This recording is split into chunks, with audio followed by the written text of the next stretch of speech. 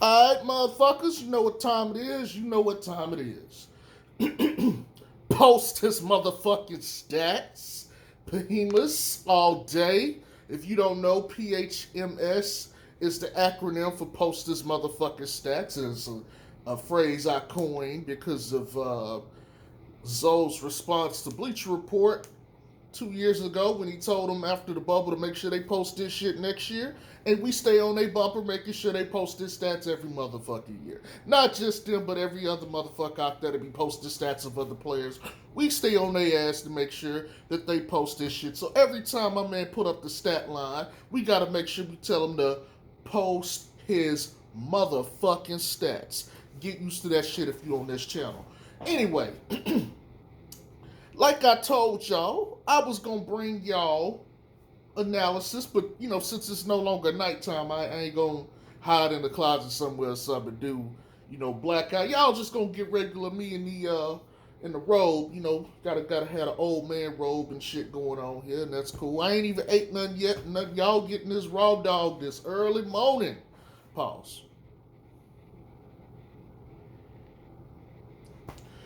Anywho, let's talk about this game because I actually watched this game in its entirety last night while I was eating before I went to bed. I'd seen enough on Twitter to the point I was just like, I can't just go to sleep and wake up and watch this shit. And I'm actually glad I went ahead and watched it last night before I went to bed. So I don't have the same hype like I normally would for a game like this. It's already worn off. But it's cool. I'm gonna still give y'all my take on this. So, um, first of all, let me say, much better game today. I'm on my PlayStation because this is where I watch my League Pass stuff if I'm not on my phone. And let's just get into this real quick. Let me go ahead and start off by saying something. In the last game that they played, I mentioned the poor productivity from the bench, right? Javante Green matched all of the bench scoring alone this game. He had 10. That was all they had the last game. But Troy Brown gave you 6. Alex Caruso gave you 9. Alize Johnson gave you 8. Also gave you 8 rebounds, by the way. Um, I mean, let's see. This is a total of 25, 33. 33 points off the bench. Look, we followed the Pelicans last year. Getting 20 to 25 would be an accomplishment. 33 is phenomenal. Okay? That's 33 points that you don't have to get from your starters. I'm a huge fan of bench scoring. And it's one of the reasons why I like the Washington Wizards, who, by the way, are 2 and 0. Um, I'm gonna toot my own horn on that. So we gonna see what they gonna do this year too. I'm following and monitoring them closely. But 33 points off the bench, and everybody that scored was efficient. Troy Brown 50%, Green 66, Alex Caruso 57, Alize 100%. I mean, you can't beat that. That's what we're here for. Look at these plus minuses, by the way. Troy Brown only had a plus minus of 3, but Javante Green 20, Caruso 22, Alize 10. Now there was some other people that got some play in some garbage time. I'm not concerned about them. They only play like 2 minutes. I ain't worried about them. But I wanted to make sure I honored and gave reverence to the bench for productivity last night. And I mean, they did some other things too. They got some assists and rebounds to go along with everything. But this is what you want to see, okay? This is primarily what you want to see. And they don't have Kobe White yet either, so somebody here ain't getting as many minutes when he come back. But this is what you want to see. 33 points that the starters don't have to account for because the bench took care of it. Excellent job by the bench. All right, look, let's talk about Pat Will. He only played 24 minutes, and he got 8 points, 4 rebounds, no assists. He was 3 of 5 from the shooting. Look, he made both of his threes again. So I guess the shooting is actually legit with him, but he got 4 personal fouls. I mean, come on. We got to do better than that. And only 5 shot attempts. Like, let me go look at this bench real quick. We got 2 guys on the bench that got more shot attempts than him, and Javonte Green, who has 6, and he played 7 less minutes, and Caruso, who played 4 more minutes, got 7. It's not acceptable. And I'm gonna say this: from what I've seen, Pat Will might actually be slowing these guys down. He seems to get winded quickly, which is understandable. He's come off the injury and stuff. I mean, they seem to have, like, when Javonte Green came in or when somebody else came in for him, they took off. And you might have to consider having him come off the bench for a while to get him back into condition and back into reps because, I mean, he's not playing bad per se, but come on, bro, we need more than 5 attempts. He playing a little timid out there. And this is, again, this is another game where I'm sitting here and I'm like, I don't really notice him like that. And I don't like that. The dude is way too good not to be noticed on the court. You know, I don't know. I mean, he got us 8 points. I can't complain about that. You know, we got 4 rebounds out of him. But I'm looking at this and I know he could have played more minutes.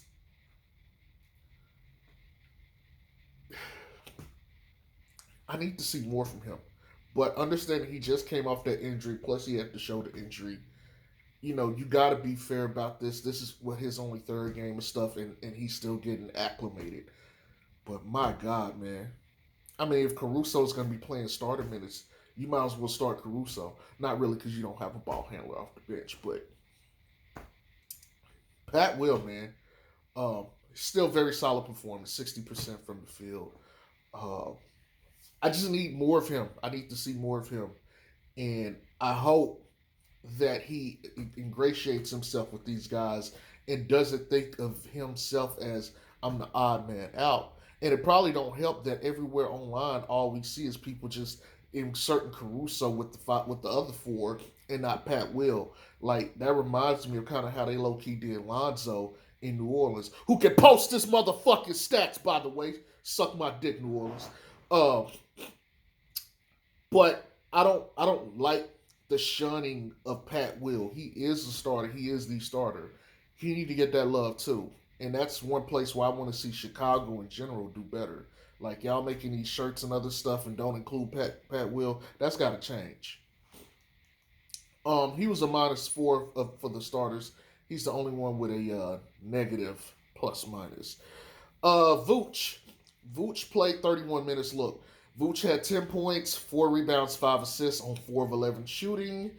Not good at all. He was 1 of 4 from 3. Definitely not good at all either. Only hit one of his 2 free throws. 4 turnovers. He had two blocks and 4 steals, so that's good. Look, this wasn't one of Vooch's better games, not by a long shot. This is an aberration. This is not the standard. And I know Valanciunas was giving him everything he could handle and more down there. He was giving him work. He had to actually work this game. So, I mean, we need more from him. But when we talk about the next 3 guys, it's like, okay, don't worry about it. Let me talk about DeMar DeRozan now. Sorry about that.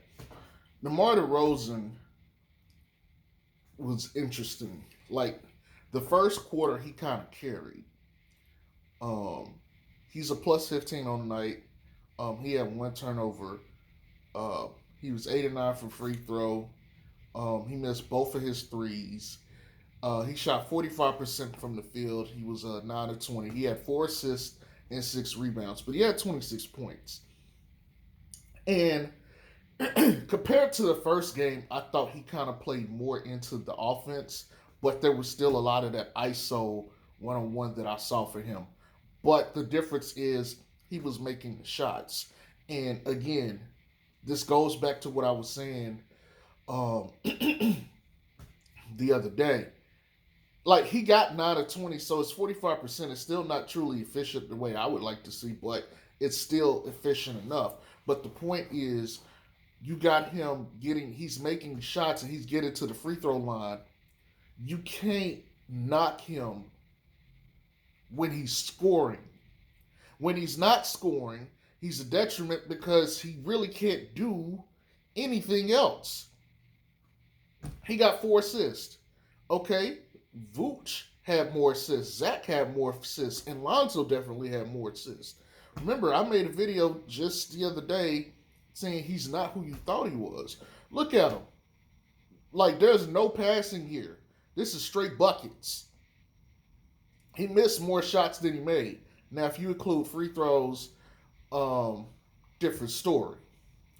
But he's gonna do what he does, and he's a scorer. And when he's on and he's hitting, hey man, you can't say nothing. Like, it's 26, 6, and 4. That's an all-star. If he could average that for a year, he won't. But if he could, that is a all-star starter by that, to be real with you. And let me give you context here.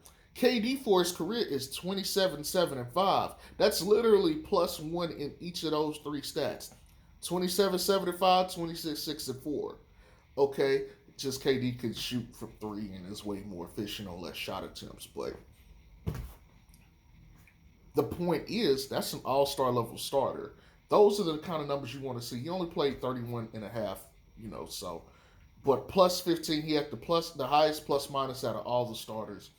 He was on it, especially in that first quarter. He was the primary reason. Like, it seemed like everything he threw up was just going in. And when he's got it going, I was like, yes, you got to go find him and get him going and let him take all the shots. He got the most shots on the team tonight at 20.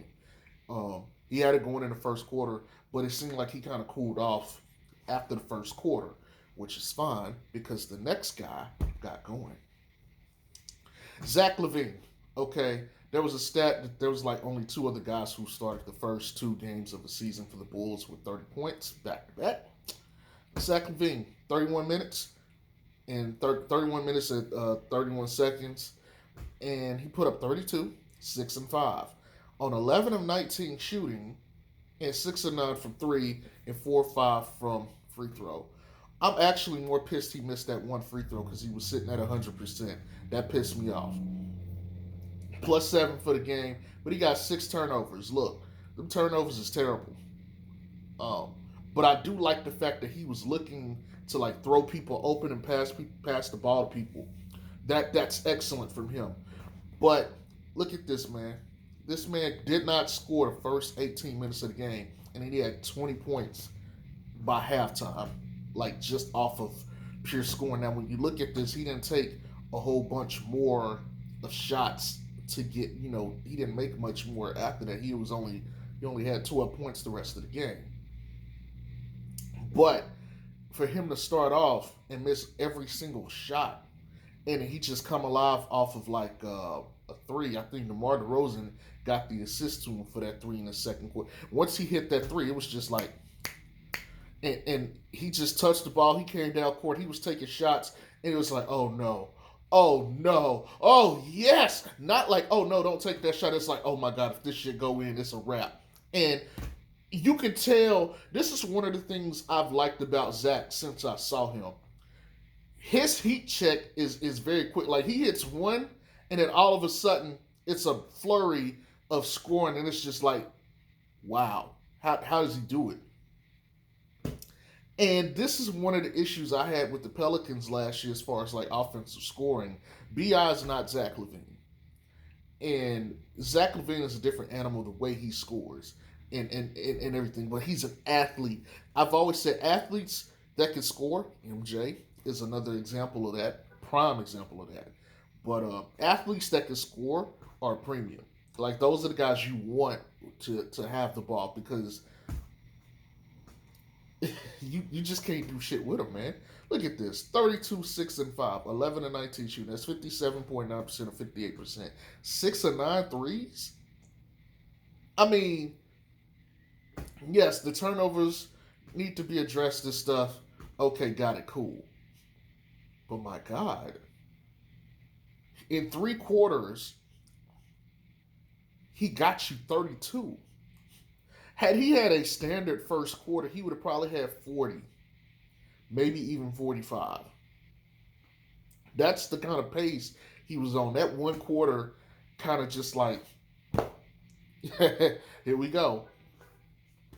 But all of that is going to take a step back here because the Golden Boy, the reason we do this channel here, Lonzo got a triple-double.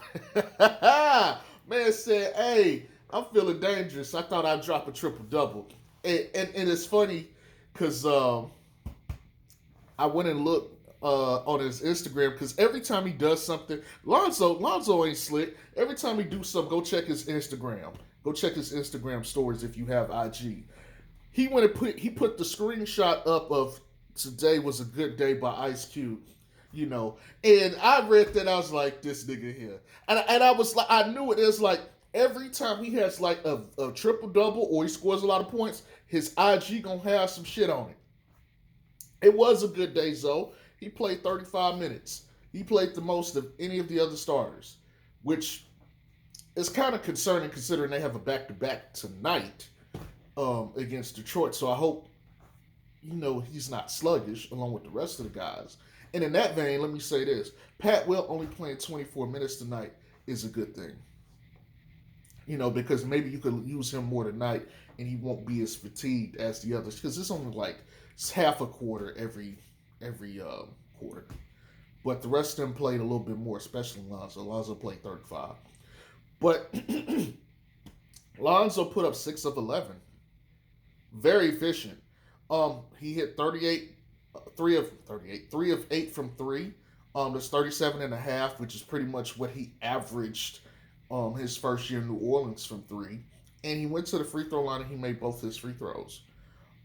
He was the second highest plus minus of the starters. He had 13. No turnovers, by the way. He had a block and 3 steals.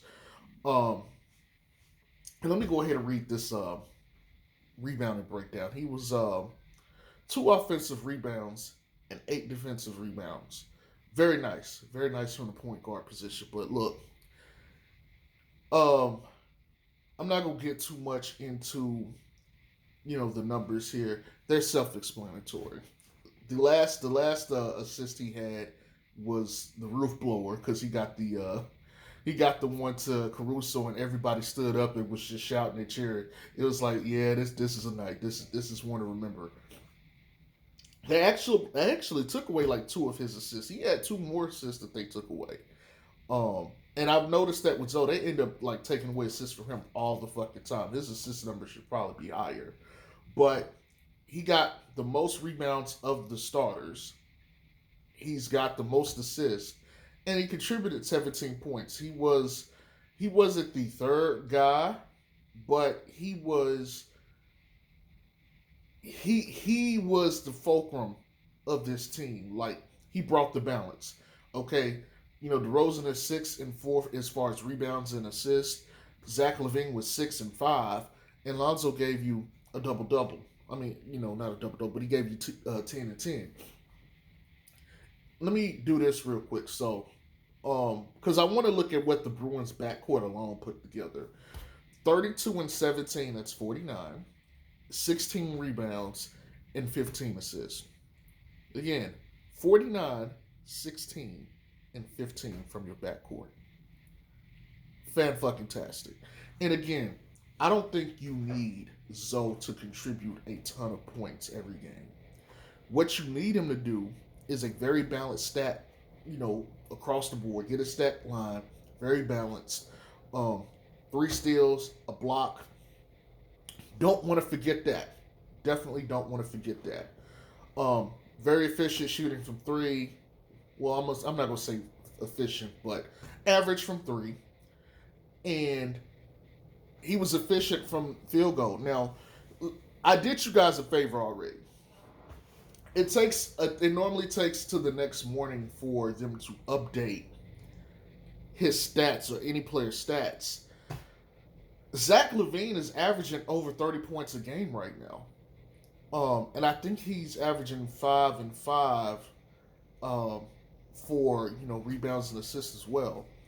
Zoe is averaging 14 and a half, 7 and 8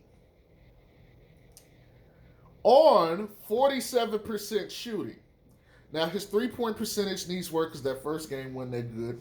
He's shooting 35% from three, but 100% from free throw, and pretty much is the fourth option. Now, I told you guys this. Granted, this is only 2 games, but this is my agenda here. So let me go ahead and push my narrative real quick. I told you guys I didn't expect him to get a lot of shots. Look, he got 11 the first game.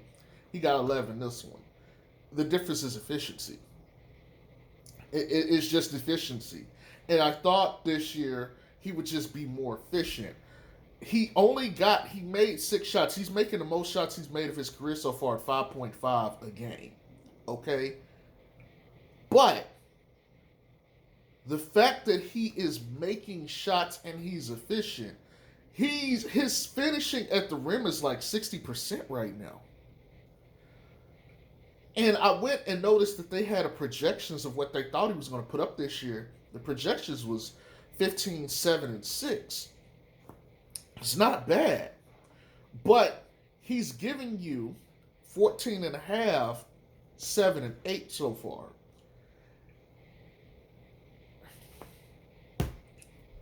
%47 field goal. Like, he's finishing at the rim. And I know, yes, he's missed some easy layups here in the first game and whatnot, but he's made most of his 2 attempts, his mid-range and his finishing at the rim. He's made most of them this year. It's the 3 that has to catch up right now. But he's giving you efficient fucking play. And that's all I figured, they were going to need from him. They're using him essentially as the point guard utility piece. And kudos to Billy Donovan for saying, look, I have a point guard. I have 2 actually. But I got a point guard whom I can put out there and can affect the game and put his imprint on the game. Like, Lonzo affects the game and you know it. You see it. On the defensive end, see, the defensive stuff ain't showing up here. Yeah, you got steals and block. But it's not showing up on here when you look at this. When you add the defense to this, this is an all-star stat line. Not even including just the rebounds. The 17 and 10 is an all-star stat line with the defense. He could have gave you 5 rebounds, and he would be looking like an all-star because of this. I like what I'm seeing from Zoe. Now, we're going to wait and see what happens tonight. I'm not looking for him to drop another triple-double. If he does, I would be surprised. But I want to see, because they're a better defensive team than Detroit is than the Pelicans. And so I want to see if they're going to break 100 or if they're going to play sluggish.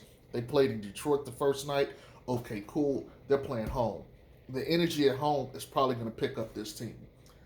I'm interested to see how they play tonight. But, I mean, bruh, 26, 6, and 4, 32, 6, and 5, 17, 10, and 10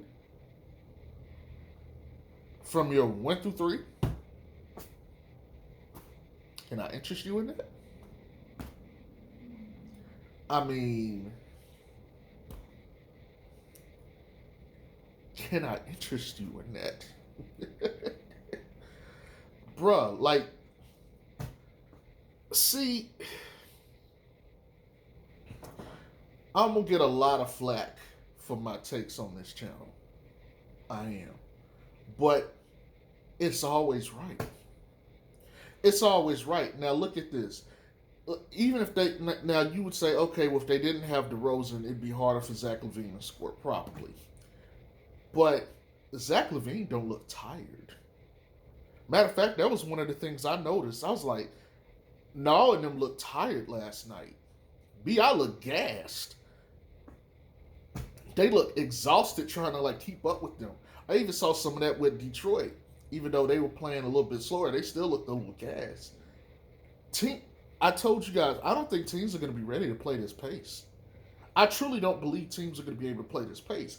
And when they're going off like this, granted, this is the Pelicans, they're bad. I think you can still expect something like this. Now, the other question is, how often will all of them come together and play really well? Vooch was the only one missing today. If Vooch had played a little bit better, then guess what? Some of their other stat lines might look better.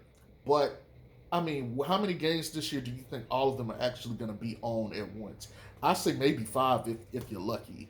That all 4 of them actually have it going in one game. And if they do, you're not winning.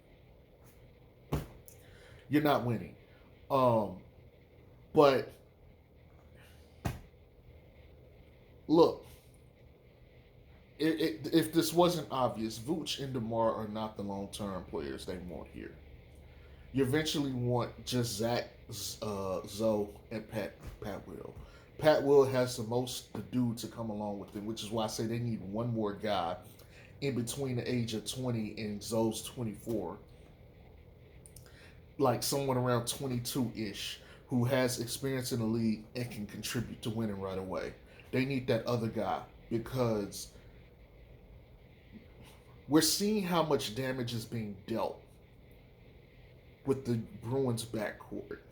When you lose Derozan, you're going to lose some scoring and stuff. You're going to need someone to come in and take some of that lack whenever he's out of here because he's not the long-term guy. He's too old, him and Vooch. You're definitely going to want another stretch 5. But the point I'm trying to hammer home is this is what you can expect in the next couple of years from Zach and Zoe. And they're still getting it together. They don't have it refined or polished by any means, but they're still getting it together. This is what you can expect going forward. Pat Will is going to come along too at some point, but he's still a little whiles away. But you need that other guy. This is why I've been pushing for maybe a Marvin Bagley, a Cam Reddish, or something like that. You need another guy out here that can come in and facilitate doing some damage on the offensive end and making some plays. Okay, but great job. And if you follow me on Twitter, you know this morning I've been on the Pales bumper all fucking morning. And there may be more slander to come. There may be more fucking slander to come. But I'm going to be on their ass all day. But anyway, this is my post-game analysis. Sorry it's not a blackout, but y'all have a good day. Peace.